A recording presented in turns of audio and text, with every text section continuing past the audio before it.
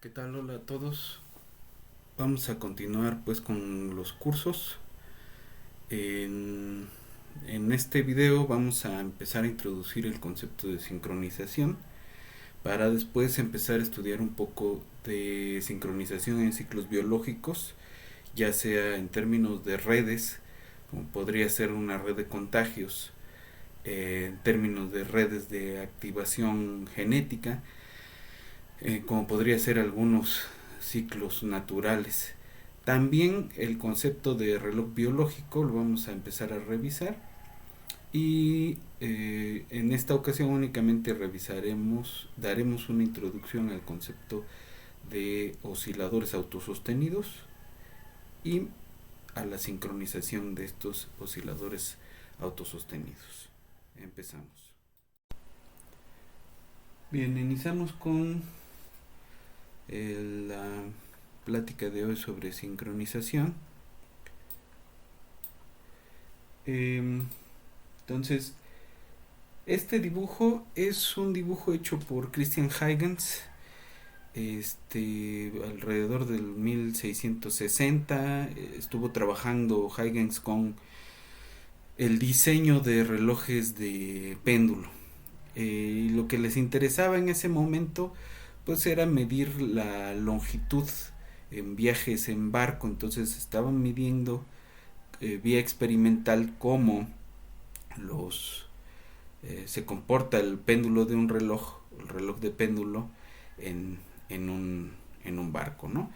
Entonces este dibujo representa uno de los descubrimientos que hizo Huygens en ese viaje, y es que cuando pone dos relojes dispuestos en una tabla, estos se sincronizan de cierta manera, ¿no?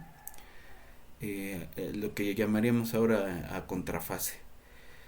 Eh, entonces esta es una foto de una pintura de Huygens en ese momento. Entonces, dentro de las muchas aportaciones que hizo este señor, este al conocimiento que tenemos ahora de la física, pues es el, el primer experimento pues más o menos controlado de sincronización. Entonces entendemos como sincronización el ajuste de los ritmos de objetos que están oscilando debido a una cierta interacción probablemente débil. Eh, entonces, para tratar de hacer un concepto, de platicar un concepto sobre este tipo de osciladores, tenemos que responder cuatro preguntas. ¿Qué es un oscilador? ¿Qué es, qué significa ritmo? ¿Cómo interactúan los osciladores? Y cómo se ajustan los ritmos. Entonces, vamos a empezar esa discusión abordando un ejemplo clásico que es el reloj de péndulo. Entonces, el reloj de péndulo lo que hace es transformar energía potencial en un movimiento oscilatorio. Esa oscilación se transfiere rotacionalmente a las manecillas del reloj. Realmente no nos interesa demasiado cómo es el mecanismo particular de cada reloj. Puede ser un reloj de péndulo, puede ser un reloj de cuarzo, pero siempre hay un oscilador detrás. Eh, Decir, la parte importante es que toma energía de cierta fuente, mantiene una oscilación constante, continua y sin cambio mientras se le sigue suministrando energía. Es decir, que el péndulo restaura su ritmo cuando se le perturba un poco, ¿no? Eh, Estas características no solo son características de los relojes, sino también de muchos osciladores que hay en la naturaleza, ¿no? Este es el reloj de péndulo, va de un punto A un punto B y de regreso, y continúa oscilando si no pierde energía vía la fricción.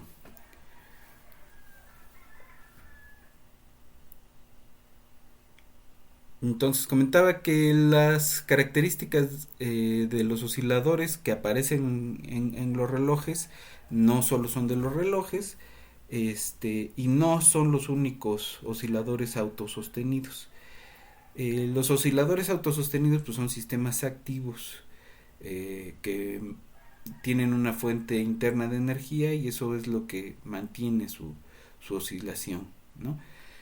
Matemáticamente podemos describirlo como un sistema dinámico autónomo, es decir, un sistema de ecuaciones autónomas que son parientas de el oscilador armónico, ¿no?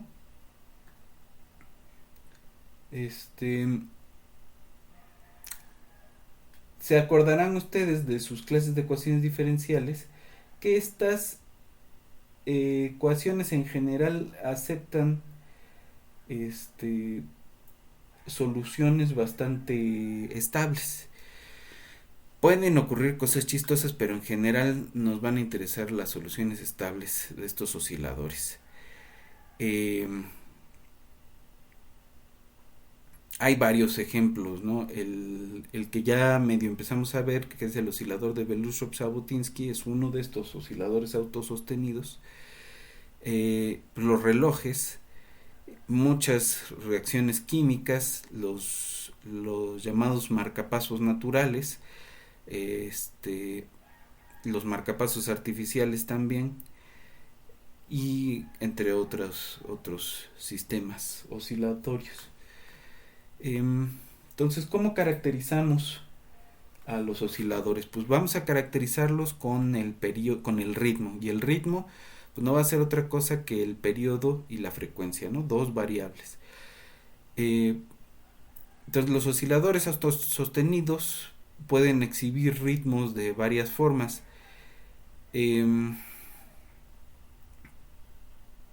Vamos a utilizar esas dos variables que son el periodo, que podemos llamarle t, que es cuántas veces se repite, cuántas veces tarda en repetirse la misma forma de la onda que describe el movimiento del oscilador. Y el otro es la frecuencia, y la frecuencia no va a ser otra cosa que el recíproco del tiempo, es decir, 1 sobre t. Y vamos a llamarle f minúscula por el momento. Este ángulo que describe el péndulo pues nos va a servir porque esa es la que va a depender la descripción de la aceleración y la velocidad del sistema.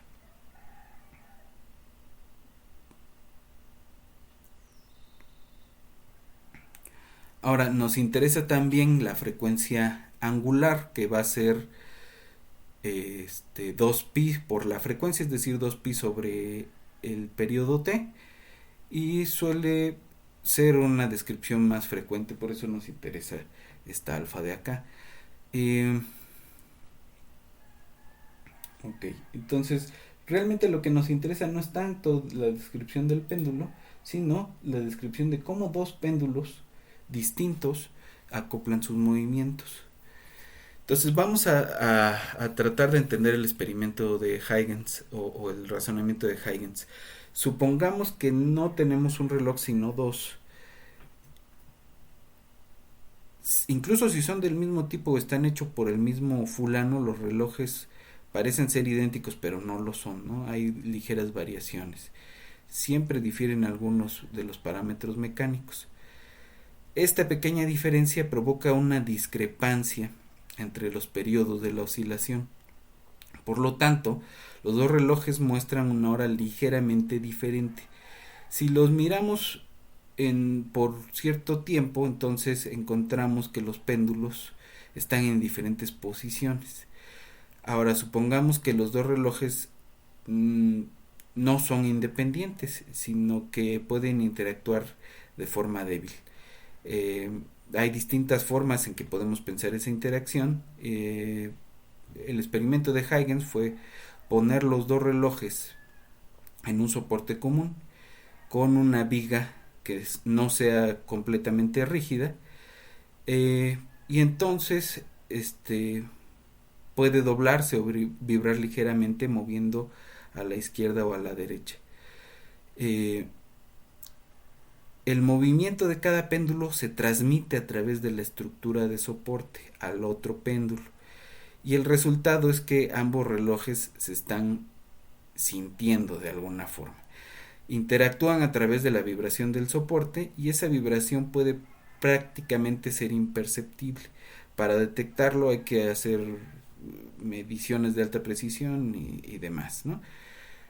Entonces, esa es un poco esta caricatura, ¿no? Tenemos una viga aquí, eh, y aunque estos dos tienen dos periodos distintos, aquí se ven los dos periodos, pueden empezar a ajustarse, ¿no? Entonces, ¿cómo se ajustan?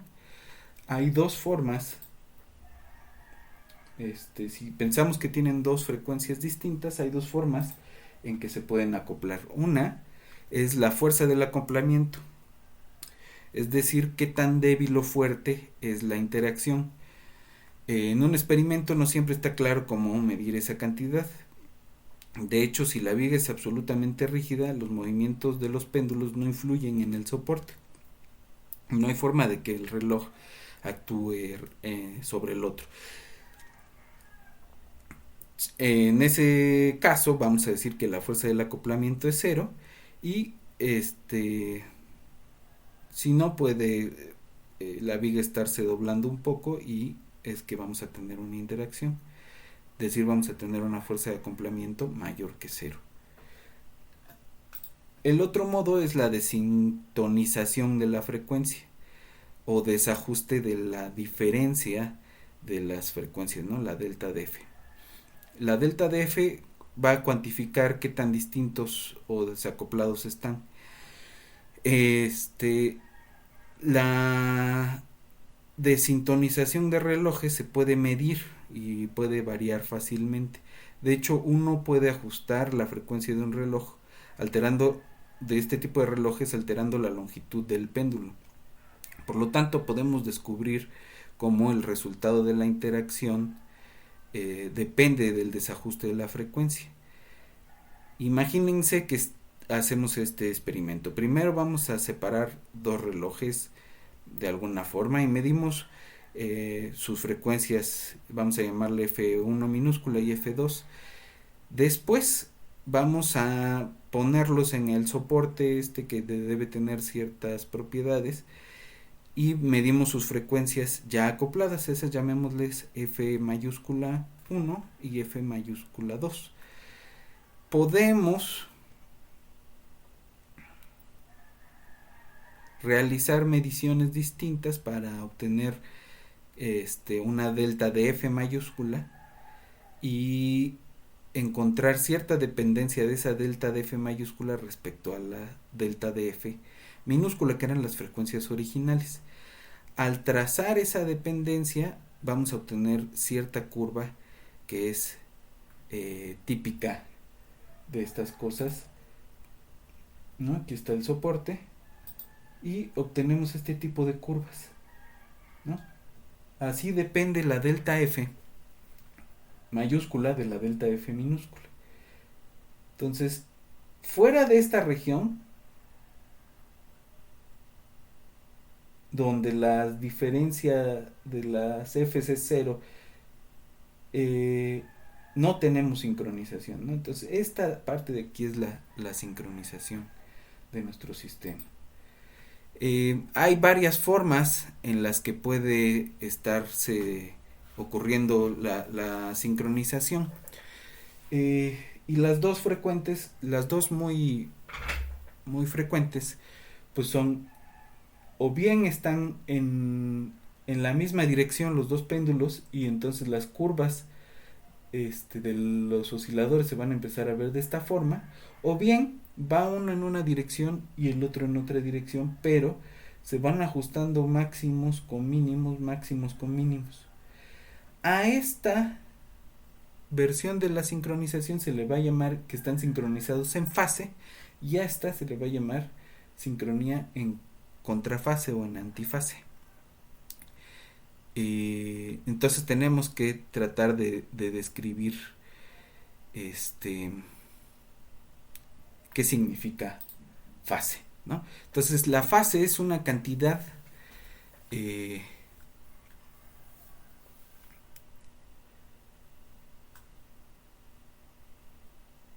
que determina de alguna forma el movimiento oscilatorio, ¿no? La fase determina ambiguamente el estado de un oscilador periódico, parametriza la forma de onda dentro de cierto ciclo, y realmente para la descripción de un solo oscilador no sirve mucho, pero cuando tenemos varios osciladores nos permite distinguir los distintos regímenes sincrónicos. Si dos péndulos se mueven en la misma dirección, casi simultáneamente alcanzan la posición de alguno de los dos lados, sus fases, que las vamos a medir pues en el plano fase de realmente estamos midiendo la parte angular contra el periodo, las fases van a estar cercanas, y en ese estado vamos a llamarle sincronización de fase. En el caso contrario, pues vamos a llamarle en antifase, ¿no? Ok. Entonces, este tipo de autoosciladores fueron estudiados por Andronov, ya como una cosa más moderna, alrededor de 1937. ¿Cuáles van a ser las características generales? Ya no hablando del péndulo o del reloj de péndulo, vamos a tener osciladores no amortiguados que oscilan por sí mismo y no por alguna acción externa, es decir, su fuente de energía es interna, y su forma de onda, amplitud y escala de tiempo son estables bajo perturbaciones en las condiciones iniciales, es decir, no son caóticos. Entonces ya vimos algunos ejemplos, ya habíamos platicado. Para que ocurran autooscilaciones, el sistema debe exhibir disipación, debe existir una fuente de poder interna, en general son no lineales, y un ejemplo bonito es el experimento de los metrónomos. Entonces vamos a ver el experimento de los metrónomos.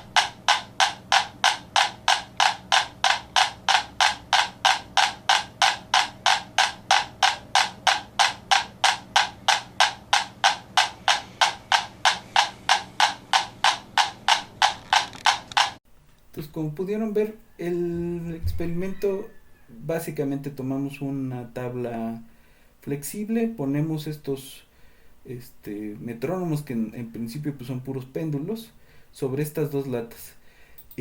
¿Cómo es la descripción matemática? Pues cada metrónomo puede ser descrito con una ecuación de este tipo, donde esta cosa es el qué tan lejos del centro de masa están los metrónomos.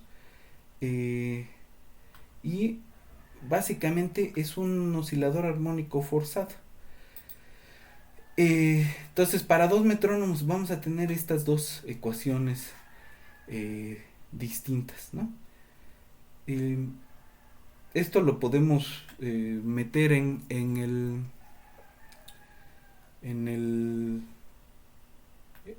tratar de hacer el código en Python. Es un reto que podríamos tener para las siguientes clases. Y finalmente quiero ver un sistema biológico de cosas que sí se están sincronizando, ¿no? Estas son libélulas que en época de apareamiento se van a sincronizar, ¿no? Entonces vamos a ver el video.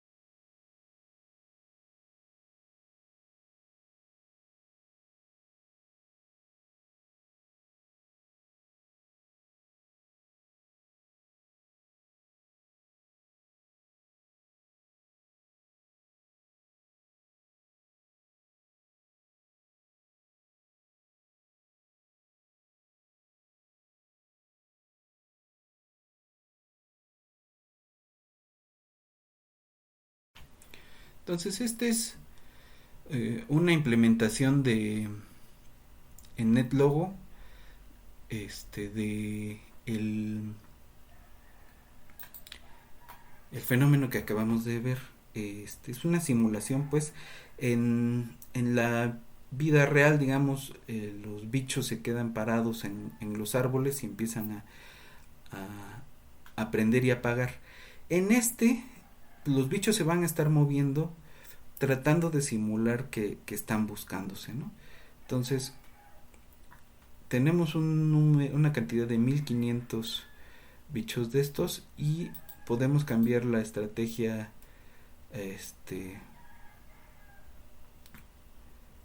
con la que se está tratando de sincronizar, ¿no? Entonces vamos a ver qué es lo que hace este modelito. Entonces las cositas grises están apagadas, las amarillas prendidas, se empiezan a mover, unas se prenden en algún momento, otras se prenden en otro. En esta gráfica podemos ver la cantidad de libélulas que se están prendiendo en cada momento. Entonces, para 1500 pues estas son poquitas, pero ahorita vamos a ver un salto cualitativo. Empezamos a tener ahí un piquito.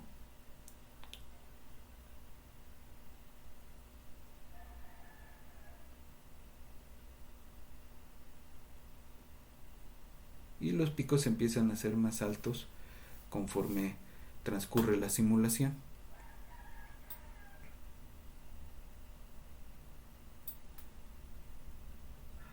Si ajustamos el tiempo de corrida, podemos ir viendo un poco más rápida la sincronización.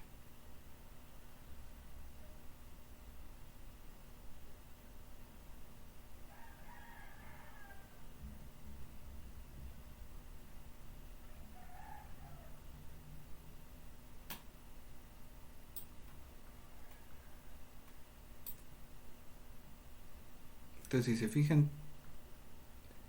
tenemos que se van prendiendo más rápidamente.